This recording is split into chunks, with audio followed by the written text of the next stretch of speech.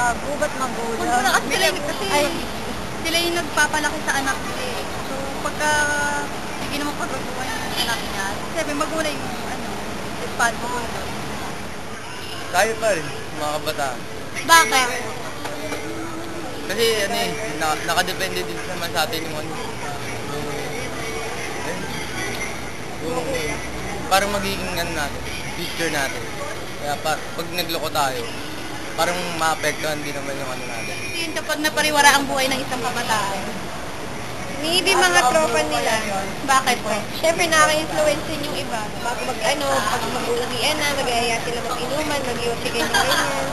Siyempre, hindi na nila may iisip yung mga studies nila.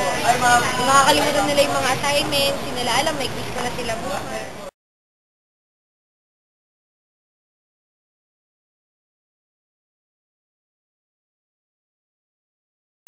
Hindi, kasi yan.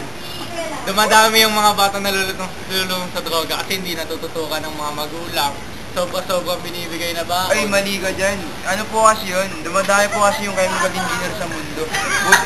Buti nga, sagot niya ni. mabuti nga po yung CEO, walang chemical engineer, kaya nabawasan po yung mga drug addict. Pero kung logical yung sagot, hindi katulad niya. Ang talaga, main reason niyan dahil sa maraming pera, tapos sa mga nabibiyay na rin ng mga mga kaibigan. Hindi kasi pag maraming pera kasi talaga, wala na mapaglagyan, parang gano'n. Kaya nagtatry na rin sila ng curiosity rin. Iniisip nila lahat na nagagawa nila except pagda-drugs, kaya ginagawa nila yun. Hindi nila kami gayahin, healthy living. Ayun. Bakit marami ang kabataan na nalulung sa masamang droga? Masamang droga?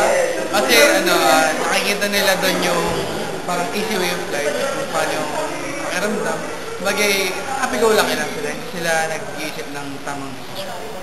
Siguro dahil sa problema nila kaya gano'n. Tsaka minsan wala silang wala silang imbis na wala silang magawa, yun ang ginagawa nila. Para maano nila yung problema, maalis. Parang